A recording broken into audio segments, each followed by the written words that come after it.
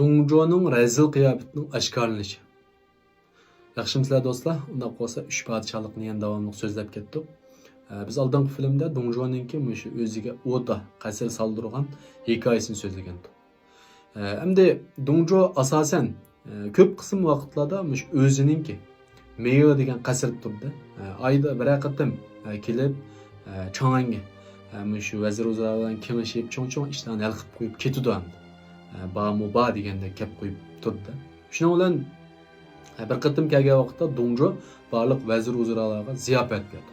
Ziyofat berib billa g'izolanishga chaqirdi. Bularning ichida hamma vazirlar bor asosan. Wang Yunday emas cho'ng vazirlar. Yig'ilib qilgan vaqtda Dongjuo bularni tamoq yeyishga, sharab ichishga taklif qildi. Endi bu vazirlar Dongjuo'ga takalluf qilib, shu romkini ap turishiga ichimizda. Shuning bilan Liu gurs minib kirdi. Kirgandan keyin buni qarab hammadan to'xtab qoldi. Liu kiribla Dongjuo'ninki quliqiga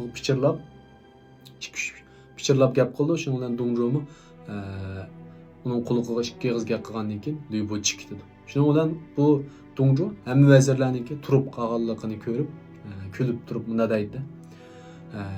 Zhang deydigan bir vazir bor. Shu ayni vaqtda shu podshohningki muallim bo'lgan. Bu vazir hamdi. Menga isyonkorlik qildi. Bu Yuanshu bilan birlashib meni qaslamoqchi bo'pti degan bir gapni qildi. Am bu Zhang degan kishi haqiqatan Yuanshuninki xetin topshirib olganda Yuanshu Zhangga shu Dongjuo'ni yo'qotish to'g'riliq, ya'ni qasdlash to'g'riliq plan ko'rsatgan. Am bu plan xeti tasadduqlikdan Liu'ning qo'liga tushib qolgan. Zhangning qo'liga tegmayla Liu'ning qo'liga tushib qolgan ekan. Shuning bilan Zhang ham balo qilib qoldi. Endi bu Dongjuo bu Zhang degan odamni qanday qildi desa, Liu'ga shu qo'liga pichirlagan vaqtda buni chiqib ish bajarish bilan jo'rib etgan. Zhangni o'ltirib, uning qinini akirib, sharobni ustiga qo'yib, shu vazir uzralarning hammasiga qo'yib berdi. Maqsad nima desa, o'zininki naqadar rezil ishkanligini, o'ziga shu isyonkorlik qilganlarni, o'zininki gapini anglamagan, o'ziga qarshi chiqqanlarniki qandoq bir oqibatga qoldiganligini ko'rsatib qo'ydi hamda bir şey. Bu yerdagi vazir uzralar buni ko'rib ajoyib cho'chib ketdi. Ba'zilari taqa o'rlib ketdi shu yerda. Dal shu vaqtda Liu yana kirdi. Yana kirib, yana pichirlab qo'yib chiqib ketdi. Undan keyin Dongjuo buni tushuntirib nima deydi desa, shu Dongjuo'ninki g'alaba qilganligini ko'rib, nurg'un 18 taram qo'shindan va yoki boshqa yerlardan kelgan vazirlar, sang'ullar, har xil askarlar yig'ilib Dongjuo'ga bayat qildi. Buningga shu taslim bo'lg'il kelganda, bularninki soni hamda 400 ga yaqin, 300 necha odam. Endi odatda har qanday bir jangda yoki bir jang qiluvchi sang'un pasiballar asosan taslim bo'lg'il kelgan lashkarlarni, askarlarni ep qoldi.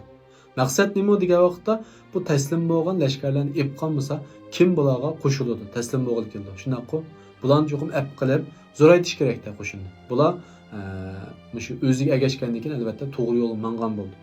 Ammo Dongjuo bu yerda tiximi rezil ishdan birini qildi. Ya'ni qanday qildi desa, shu 360-400 ga yaqin odamni 400 xil o'ttirish usulini yo'l qo'ydi. Har bir odam shu bular tamoq yeyotgan so'ringa kirdi. Kirgandan keyin Dongjuo bunga o'lish usulini deb berdi. Uningki lashkarlar buni achkitib o'ltirdi. Shunda qilib 400 odamninki hammasini, 400 ga yaqin odamninki hammasini har xil usulda, bir-biriga o'xshamagan usulda o'ltirib tugdi. Buningki hamda shu Dongjuo'ninki shu qilmishi hatto tarixda qolib qolgan nihoyatda danqiba bir rezil usulda. Buni ko'rib hamda vazirlar, mushun anglagan barliq fuqarolar, hatto askarlargacha cho'chib ketdi. Dongjuo'ninki bunday rezillikdan nihoyat qo'rqdi. Endi bularninki o'tirish usuli hammasi qiynab o'tganda shunchalik bir rahimsizlikni hamda hammalarga bildirib o'tdi bu.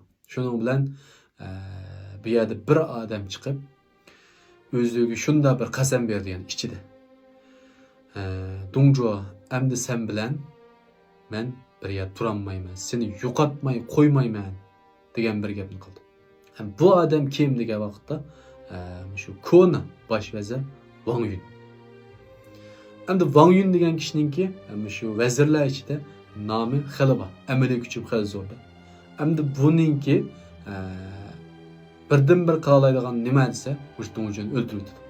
Endi buning ham amal yo'q Dongjoni o'ldirmasa. Chunki bu nurg'un xiyol orzularni qilib 18 taram qo'shin yig'ildi, Sao Yuanshular birga keldi.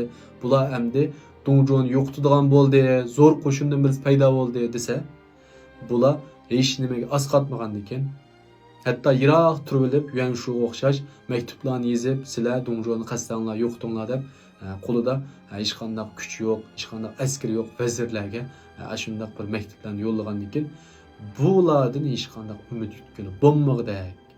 Endi men o'zimga tayanmasam bo'lmag'dak. Cho'qim bu Dongjoni yo'qotmay bo'lmaydi.